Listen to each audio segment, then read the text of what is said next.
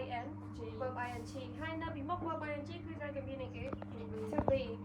talk about action happening right now អញ្ចឹងគេរៀបរាប់ពីសកម្មភាពទាំងឡាយណាដែលកំពុងកើតឡើងឥឡូវ at the moment ខណៈនេះខណៈពេលដែលអ្នកនិយាយគឺគាត់កំពុងនិយាយហើយការនោះគឺកំពុងកើតឡើងគេប្រើ present continuous ដូចជាកំពុងបញ្យល់អ្នកទាំងអស់គ្នា I am explaining you and you are listening to me ចឹងវាជាសកម្មភាពពីរដែលកើតឡើងដំណើរគ្នាហើយវាកំពុងតែកើតឡើងអានឹង present continuous អស់តោះនេះសាក់ស៊ីសាអូនចឹងត្រូវចាំថា present simple និង present continuous អស់គ្នាត្រង់មួយកិរិយាសព្ទគឺគេប្រើ verb 1ហើយ verb នេះបន្ថែម s ឬក៏ es អាស្រ័យទៅលើអីគេអាស្រ័យទៅលើ subject ប្រសិនបើ subject នេះគឺជាបរិបទទី3យ៉ាបរិបទទី3 I វចនៈប្រសិនបើយើងយក subject pronoun យកមកជំនួសវា subject pronoun នេះគេខ្លះសព្វនាមធាននេះគេខ្លះ are you today he she it មានអីគេមាន he she ហើយនឹង it ចឹងគេអាស័ព្ទថែមតែបតែដល់ពេលនៅក្នុង present continuous មាន to be ហើយនឹងគេអាស័ព្ទថែម ing គេអាស័ព្ទថែម ing នេះលក្ខខណ្ឌរបស់វាចាំអស់នៅចាំអស់ហើយឥឡូវពាក្យដែលបញ្ចប់ដោយ ie មុននឹងដាក់ ing ត្រូវធ្វើអីលុប e ខុសលុប e អត់តាមត្រឹមត្រូវទេគេលុបអីគេទៀតគេបដូរie ហ្នឹងទៅអីទៅជាy គេទៅចាំឃើញទេឡៃទៅជាឡៃយិងអញ្ចឹងគេសម្គាល់ថារាល់កិរិយាសព្ទទាំងអស់ដែលបញ្ចប់ដោយ ie គឺត្រូវដូរ ie មកដាក់អក្សរ y ទៅជាឡៃយិងហើយជាទូទៅកិរិយាសព្ទទីច្រើនគឺបន្ថែម ing look looking listen listening តោះណាដល់ពេលកិរិយាសព្ទដែលបញ្ចប់ដោយអក្សរ e ប៉ុន្តែវាមិនមែន ie ដូចឧទាហរណ៍ដូចជា have ហើយបញ្ចប់ដោយ e មែនទេអញ្ចឹងទៅពេលកំពុងមានឬក៏កំពុងញ៉ាំពីព្រោះវា have នេះគឺវាខុសប្របានពីរមួយមានមួយទៀតញ៉ាំ so យើងបកជាទៅជា have having តើណាស្អនតន់ថាតន់គេអាស័ព្ទនោះបញ្ចប់ដោយអក្សរ e មុននឹងដាក់ ing យើងត្រូវលុប e ចោលគេអាស័ព្ទដែលបញ្ចប់ដោយ ie លុប ie មកលោដាក់អក្សរជាវិញ y ដាក់ ing ប្រសិនបើកិរិយាសព្ទនឹងមាន CVC ជនជំនះស្រៈជនជំនះចាំណាគឺគេថែម មួយទៀតរួចហើយបណ្ដា ing មានន័យថាគេបន្ថែមជនជំនះនេះមួយទៀតជនជំនះនេះអក្សរអីគឺគេថាដាក់អក្សរហ្នឹងយល់ទេប្រសិនបើពាក្យហ្នឹងអក្សរចូលក្រៅរបស់វាគឺជនជំនះស្រៈជនជំនះ C នេះគឺ consonant V នេះគឺ vowel vowel វិញគឺមាន A E I O U ហើយអនប៉ុន្តែប្រសិនបើជនជំនះនេះវាចូល CVC ក៏មិនមែនប៉ុន្តែជនជំនះនេះគឺជាអក្សរអីគេខ្លះដែលយើងអត់បន្ថែមវាទេ W Y X និង Z ចឹងគេអត់ថែមវាទៀតទេគេដាក់ ing យកមកតើអត់ស្អនដូចឧទាហរណ៍ពាក្យ play អក្សរចុងក្រោយទាំង3របស់វា L នេះគឺជាជនជំនះ A គឺជាស្រៈ Y គឺជាជនជំនះតែដោយសារតែ Y នេះវាគឺជាករណីលើកលែងចឹងគេដាក់ ing ធម្មតាយល់អត់ហើយទៅពេលអា verb ថែម es es លោក y ដាក់ es យល់ទេណាអាហ្នឹងចាំទេណាឥឡូវចូលសួរសិនតើកិរិយាសព្ទណាខ្លះដែលត្រូវថែម es កិរិយាសព្ទដែលបញ្ចប់ដោយ ch sa double s double s ហើយនឹង o ch s x ហើយទៀត o ហើយនឹង double s ត្រូវចាំតើចូលមកដល់ present perfect present perfect គឺជាបច្ចុប្បន្នកាលអក្សរហើយដែលបានអក្សរដោយសារតែវារៀបរាប់អំពីសកម្មភាពទាំងឡាយណាដែលបានកើតឡើងរួចរាល់នៅពេលវេលាជាក់លាក់ណាមួយនៅក្នុងអតីតកាលហើយវាមាន connection នេះមានន័យថាវាតភ្ជាប់សកម្មភាពដែលបានបញ្ចប់កាលពីអតីតកាលហ្នឹងសកម្មភាពហ្នឹងគឺវាតរហូតមកដល់បច្ចុប្បន្នឬក៏វាមានឥទ្ធិពលរហូតមកដល់បច្ចុប្បន្នជាឧទាហរណ៍ I have visited Paris 3 times មានន័យថាខ្ញុំបានទៅលេងទីក្រុងប៉ារីសមិនដង3ដងចឹងអានឹងរៀបរាប់អំពីបទពិសោធន៍ថាគាត់បានទៅលេងទៅប៉ារីសចំនួន3ដងតើនេះអានឹងរៀបរាប់ពីបទពិសោធន៍ដែលជាឥទ្ធិពលមកដល់បទពិសោធន៍របស់គាត់នៅពេលបច្ចុប្បន្នហើយ ហើយមួយទៀត she has lost her keys since yesterday នាងបានបាត់អី បាត់សោរបស់គាត់ since ម្សិលមិញមានន័យថាម៉េចតាំង since ម្សិលមិញដែលឈើគាត់លើនេះឲ្យមានន័យថាម៉េចជាភាសាខ្មែរមានន័យថាម៉េចអាស្មៃ កំឡុងពេក no កំឡុងពេលយើងប្រើពី duration យ៉ាតាំងពីអញ្ចឹង since នេះគឺគេប្រើនៅពីមុខពេលលាជាលែមែនណានាងបានបាត់សោគេតាំងពីម្សិលមិញអញ្ចឹងម្សិលមិញសកម្មភាពបាត់ហ្នឹងបាត់នៅបាត់ហើយអញ្ចឹងមានថាសកម្មភាពដាក់បាត់ហ្នឹងគឺវា completed មានន័យថាវាបានបាត់រួចហើយហើយសកម្មភាពដាក់បាត់ហ្នឹងគឺវាបន្តរហូតមកដល់ឥឡូវនេះតោះណាតែជាមូលហេតុគេបញ្ជាក់នៅឡើយនេះថាអូនាងបាត់សោតាំងពីម្សិលមិញអញ្ចឹងកាលដែលគេនិយាយអ្នកដែលគាត់និយាយប្រយោគនេះមានន័យថាសោរបស់គាត់រកឃើញនៅនៅឯមែនទេប្រសិនបើរកឃើញគេប្រើ past simple ពីព្រោះវាអត់តដល់បច្ចុប្បន្ននេះតែដោយសារតែវាតដល់បច្ចុប្បន្នបានគេប្រើនៅក្នុង present perfect តែបញ្ជាក់ថាសោនឹងអត់ដល់រកឃើញទេយល់អត់យល់ទេសអូនប្រភេទតម្រងរបស់វាមាន subject ជាមួយនឹងអីគេ has ឬក៏ have has នេះគឺប្រើជាមួយនឹង he she ឬក៏ it are you វាដែរប្រើជាមួយនឹង have តោះណាប៉ុន្តែប្រសិនបើគេប្រើឈ្មោះ has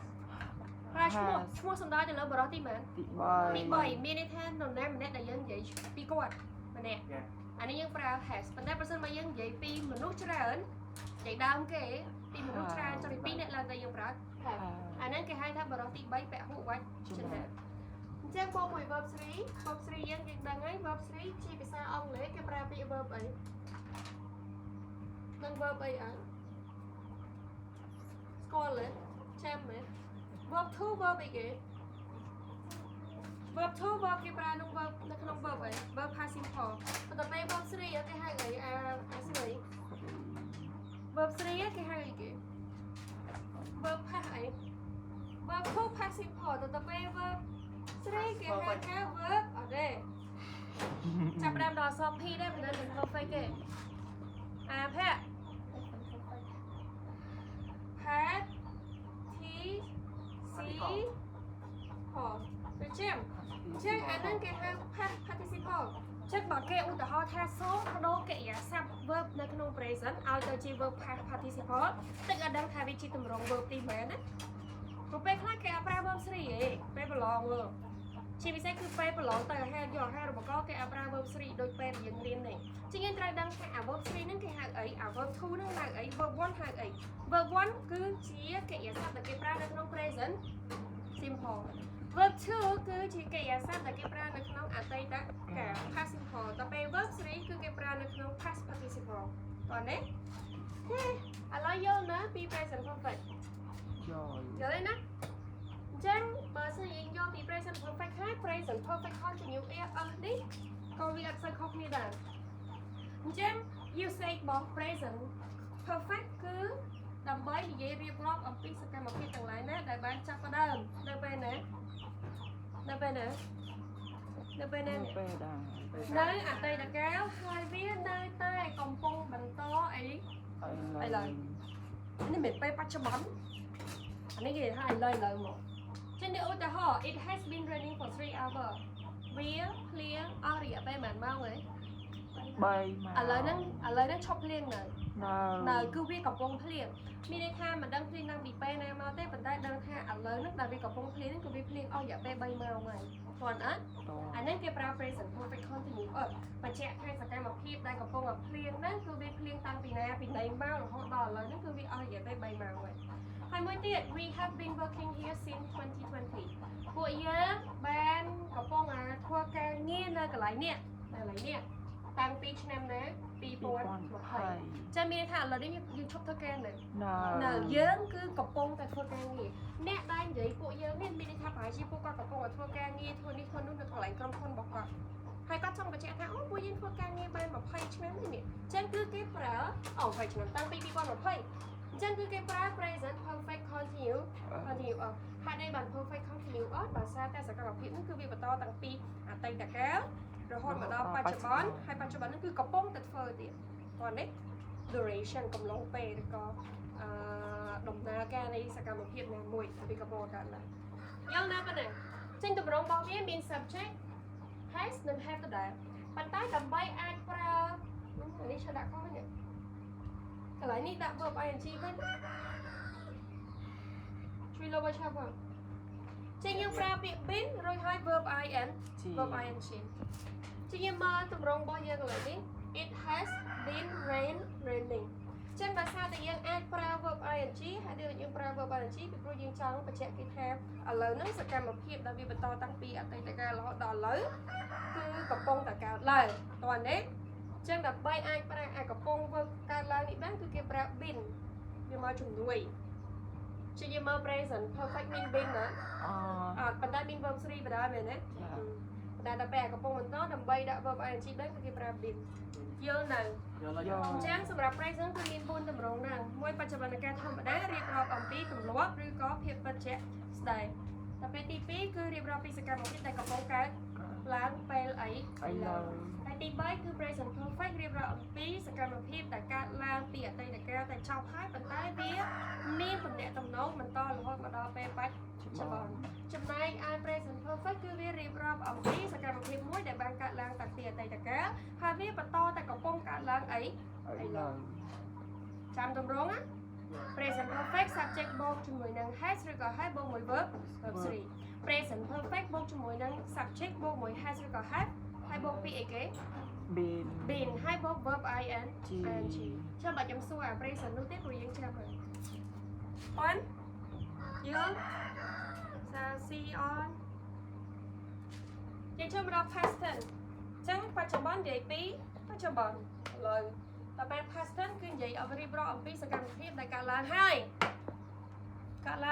សកម្មភាពទាំងឡាយដែលកើតឡើងហើយយើងអាចប្រើប្រួលវាបានអត់ផ្លាស់ប្ដូរវាបានអត់អត់វាពេលបីដូចជាប្រវត្តិសាស្ត្រច្រកដែរឬប្រវត្តិសាស្ត្រដែរគួរឲ្យសោកស្ដាយក្នុងជីវិតអញ្ចឹងសកម្មភាពដែលបានកើតឡើងរួចជាស្រេចគេប្រើ past simple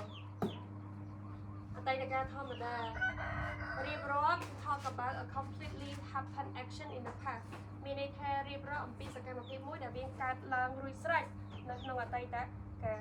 ទម្រង់របស់វាមាន subject verb to អញ្ចឹង verb 3 past participle ទៅពេល verb 2គឺ past simple អញ្ចឹង verb 2នេះយើងដឹងរួចហើយ verb 2ហ្នឹងគឺគេបែងចែកជា2ទៅណាអីគេខ្លះហ្នឹងហើយ irregular ហើយនឹង regular នេះគឺយើងអាចចំណាំវាបានថាដោយសារវាបញ្ចប់ដោយយើងថែមអីគេសុំទៅ ed ហ្នឹងហើយយើងថែម ed តែពេល irregular យើងប្រើព្រួលតែกระดาษ teacher L ហ្នឹងមកផ្ទាំងហ្នឹងពី A រហូតដល់ Z នេះអញ្ចឹងប៉ុណ្ណាតោះនេះឧទាហរណ៍ she was sad last night អញ្ចឹងពាក្យ was នេះមកពីពាក្យអី be is តោះនេះមានថាកាលពីម្សិលកាលពីយប់ហ្នឹងគឺនាងបានកាត់ទុកតោះណាអា was នេះក៏ដើរតួនាទីជាកិរិយាសព្ទដែរតោះណាវាគឺជាកិរិយាសព្ទពិសេសដែលបន្ទាប់ពី was ហើយនឹង were ហ្នឹងបន្ទាប់ពីវាហ្នឹងគឺលែងមានកិរិយាសព្ទទៀតដែរវាត្រូវតែជានាមឬក៏គុណនាមពាក្យ sad នេះថ្នាក់ពាក្យវាជាអីជាគុណនាមតែពេលលក្ខខណ្ឌទី2 they bought new car គេប្រើកិរិយាសព្ទ bought មកពីពាក្យអី buy វាគឺជា irregular តែពេលប្រយោគទី3 he tried to kill his brother last night យកមិនគាត់ព្យាយាមសម្លាប់បងប្រុសរបស់គាត់អញ្ចឹងពេល try នេះយើងអាចសម្គាល់ថាវាគឺជាអតីតកាលដែលបញ្ចប់ ed ដែលមកពីពាក្យអីគេដែលមកពីពាក្យ regular គឺ try គេលុបវាយដល់ I ហើយ time ed ហើយនៅលក្ខខណ្ឌហ្នឹងវាដូចតែ present អញ្ចឹង present time es មែនអត់តទៅពេល past time ed អញ្ចឹងចូលមកដល់ past continuous នេះ past continuous គឺអតីតកាលកំពុងបន្តគេចង់ដឹងថាតើពេលវេលាជាក់លាក់ណាមួយកាលពីអតីតកាលយប់មិញម៉ោងឧទាហរណ៍យប់មិញម៉ោង8អ្នកឯងកំពុងធ្វើអីយល់ទេយប់មិញម៉ោង8យើងកំពុងធ្វើអីកំពុងកេងមែនអត់អានេះគឺគេប្រើនៅក្នុង past continuous ពីព្រោះគេចង់ដឹងអំពីសកម្មភាពដែលកំពុងតែកើតឡើងនៅពេលវេលា specific ពេលវេលា specific មានថាពេលវេលាជាក់លាក់ណាមួយនៅក្នុងអតីតកាលអញ្ចឹងទម្រង់របស់វាមាន subject បូក was ឬក៏ were អញ្ចឹង subject ដែលប្រើជាមួយនឹង was គឺជាបរិបទទី3ឯកវចនៈ he she ឬក៏ it ទៅពេល were គឺ are you with they ហើយបូក verb ing verb ing អ ចឹងអានេះហើយនឹង past simple ខុសគ្នាមិនចាំសួរម្ដងទៀត past simple និង past continuous ខុសគ្នាមិន អត់មានត្រង់អតីតកាលអានោះវាបញ្ចប់ហើយតែមួយទៀតវានៅវាអតីតកាលហើយវាបន្តមកបច្ចុប្បន្ន បើបន្តដល់បច្ចុប្បន្នគេប្រើ present perfect អានោះមិនប្រយោគ phrase past continuous អត់តន់ត្រូវទេ អូ យើងត្រូវប្រយោគគេថាចេះបើសិនតែយើងយល់ប៉ុតមែនណាយើងនឹងប្រយោគគេចេញហើយប៉ុន្តែពេលខ្លះយើងយល់ណាស់តែយើងដឹងនិយាយថាម៉េចហ្នឹងក៏មានតែភាពច្រើនចឹងយើងត្រូវចាំថាអាពីរនេះគឺវាដូចតែគ្នាទេវាស្ថិតនៅក្នុងអតីតកាលដូចគ្នាកើតឡើងដូចគ្នាកើតឡើងរួចរាល់ដូចគ្នាគ្រាន់តែមួយគេចង់បង្ហាញថាសកម្មភាពហ្នឹងគឺកើតឡើងរួចស្រេចហើយតែពេលអា past continuous គឺគេចង់ដឹងថាតើកំឡុងមកជាក់លាក់ណាមួយនៅពេលអតីតកាលមានរឿងអីដែលកំពុងកើតឡើងយល់អត់យល់ទេហើយទីទូទៅ past continuous គឺត្រូវបានគេប្រើដើម្បីរៀបរាប់អំពីសកម្មភាពដែលកើតឡើងពីអតីតកាលដែលកំឡុងកើតឡើងអតីតកាលក្នុងអតីតកាលរួចហើយវាត្រូវបានកាត់ផ្ដាច់ដោយសកម្មភាពថ្មីមួយទៀត short យើងប្រើ when ហើយនឹង while ចាំមេរៀននឹងអត់when ប្រើនៅមុខ past simple តែពេល while ប្រើនៅពីមុខ past continuous while មានន័យថាកំឡុងពេល when មានន័យថានៅពេលតែផាចាំអត់បើអត់ចាំមិននឹងទេប្រឡងចេញប្រឡងអាចនឹងចេញ past simple និង past continuous ដូចឧទាហរណ៍ទីឆាននិយាយកាលពីយប់មិញយើងអត់ទីឆាយប់មិញទីឆាកំពុងតែវាយមេរៀននៅក្នុងកុំព្យូទ័រសុកស្រាប់តែភ្លើងដាច់សំណួរសួរថាសកម្មភាពទាំងពីរនឹងកើតឡើងរួចនៅរួចហើយប៉ុន្តែអាសកម្មភាពដែលកើតឡើងមុនគេគឺទីឆាធ្វើអីវាយកុំព្យូទ័រកំពុងវាយកុំព្យូទ័រកំពុងវាយមេរៀនក្នុងកុំព្យូទ័រអាកំពុងវាយមេរៀនក្នុងកុំព្យូទ័រហ្នឹងគឺគេប្រើនៅក្នុង past continuous ហើយអាសកម្មភាពដែលកាត់ផ្ដាច់អាពេលដែលយើងកំពុងតែធ្វើរឿងអីមួយដែលយើងធ្វើតាំងពីយូរមកក្នុងអតីតកាលហ្នឹងគឺយើងប្រើ past simple បាទណាចាំឆ្លើយឧទាហរណ៍នៅឡើយនេះឲ្យមួយ so យើងប្រើ while ដែលបញ្ជាក់អំពីកំឡុងពេល while I was typing on my PC or PC PC ទម្រង់ការប្រភេទគឺ personal computer កុំព្យូទ័ររបស់ខ្ញុំ while I was typing on my computer the power went off ខ្ញុំថាអត់ចេះហ៎បើអត់ចេះមានន័យថាអត់បានរៀនសោះផ្លេចចឹងកំឡុងពេលដែលខ្ញុំកំពុងវាយមេរៀននៅលើកុំព្យូទ័រហ្នឹងភ្លើងវាដាច់អូខេ the power went off យល់ទេណាចឹងយើងប្រើពាក្យ while នៅពីមុខ past continuous ហើយ when នៅពីមុខ past simple ប៉ុន្តែដោយសារតែនៅទីនេះយើងប្រើ while ហើយចឹងយើងអត់ប្រើ when ទៀតទេបើយើងចង់ប្រើ when យើងលុប while នេះចេញមែនណាឬហើយយើងដាក់ពាក្យ when នៅពីមុខ past simple ចឹងមានខមាទៀតអត់អត់ទេយល់អត់ស្វ័យយល់អត់ទៀតទីឆាធ្វើឲ្យ5លំហាត់5វិញ្ញាសា grammar តោះចូលមកដល់ past perfect យើងមាន present perfect យើងមាន past perfect present perfect បង្ហាញអំពីសកម្មភាពពីអតីតកាលបន្តដល់បច្ចុប្បន្ន past perfect គឺជាអតីតកាលឥតខ្ចោះវាឥតខ្ចោះយ៉ាងម៉េចដោយសារតែវាគឺជាសកម្មភាពមួយដែលបានកើតឡើងមុនពេលសកម្មភាពមួយទៀតកើតឡើងមានថាវាគឺជាសកម្មភាពទី1ដែលកើតឡើងមុននឹងសកម្មភាពទី2ប៉ុន្តែទាំងពីរហ្នឹងគឺស្ថិតនៅក្នុងអតីតកាលដូចគ្នាយល់ទេមុនពេលយើងមកសាលាមុនពេលយើងមកដល់នេះយើងញ៉ាំបាយមែនអត់ចេះសកម្មភាពញ៉ាំបាយគឺជាសកម្មភាពកើតឡើងមុនពេលដែលយើងមកដល់សាលាអាសកម្មភាពដែលយើងញ៉ាំបាយគឺជា past perfect តោះចឹងនិយាយចឹង you say បើវាម្ដងទៀត an action that was completed before another action or time in the past មានន័យថា the earlier past ន័យថាអតីតកាលមុនទៀតសកម្មភាពដែលកើតឡើងមុនសកម្មភាពមួយទៀតកើតឡើងជាឧទាហរណ៍ she failed the test នាងបានប្រឡងអីនាងបានប្រឡងធ្លាក់ដោយសារអី she had not studied ដោយសារតែនាងអត់បានរៀនចឹងអាសកម្មភាពមួយណាកើតមុននាងអត់បានរៀនអញ្ចឹងអត់បានរៀននឹងគេហៅវាជា past perfect ជាទម្រង់អតីតកាលឥតខ្ចោះបាទទេហ ហើយតម្រងរបស់វាមាន subject បូកជាមួយនឹង had បូកជាមួយ verb 3ឃើញខុសគ្នាមួយ present perfect អត់ present perfect ប្រើអីគេ has ហើយនឹង have ពីព្រោះពាក្យ has និង have នេះគឺគេប្រើនៅក្នុង present verb 1មែនអត់ ទៅដល់ពេល verb 2របស់ has និង have វាទៅជា had ហើយ verb 3 ធម្មតាយល់ទេតើអត់តែជីទៅអា past perfect នេះគឺវាអត់នៅតែឯងទេវាតែងតែមានគូរបស់វាមានសកម្មភាពទី1កើតឡើងហើយមានសកម្មភាពទី2កើតឡើងវាអត់អាចនៅសុកគេនិយាយតែមក clear នេះបានទេឧទាហរណ៍ she had not studied នាងអត់បានរៀនតែមួយម៉ាត់ហ្នឹងគឺអត់តាមត្រឹមត្រូវទេគឺគេត្រូវបញ្ជាក់អំពីសកម្មភាពដែលបានកើតឡើងបន្ទាប់ពីសកម្មភាពនៅក្នុង past perfect យល់អត់អូខេចឹងតមកដល់ past perfect continuous អានោះ perfect ធម្មតាអានេះ perfect continuous អានោះ present perfect continuous វាស្តៀងគ្នាទេគ្រាន់តែមួយនៅពេលបច្ចុប្បន្នមួយទៀតនៅពេលណានៅពេលអតីតកាលឧទាហរណ៍ he had been waiting for 2 hours before the bus finally arrived មានន័យថាម៉េចគាត់បានរងចាំអស់រយៈពេល1ម៉ោង2ម៉ោងមុនពេលដែលឡានក្រុងមកដល់សកម្មភាពមួយណាកើតឡើងមុនរងចាំឡានក្រុងគេគ្រាន់តែចង់ដឹងថាតើនេះតែសកម្មភាព action ដែលចាប់ផ្ដើមហ្នឹងវាចាប់ផ្ដើមនៅក្នុងអតីតកាលហ្នឹងគឺវាបន្តរហូតដល់រយៈពេលប្រហែលនៅក្នុងអតីតកាលហ្នឹងចឹង an action that started in the past and continue up until another point in the past emphasizing duration ចឹងនៅឡើយនេះ key របស់វាគឺនៅឡើយនេះគឺវាសកត់ធ្ងន់ទៅលើកំឡុងរយៈពេលតើរយៈពេលហ្នឹងគឺ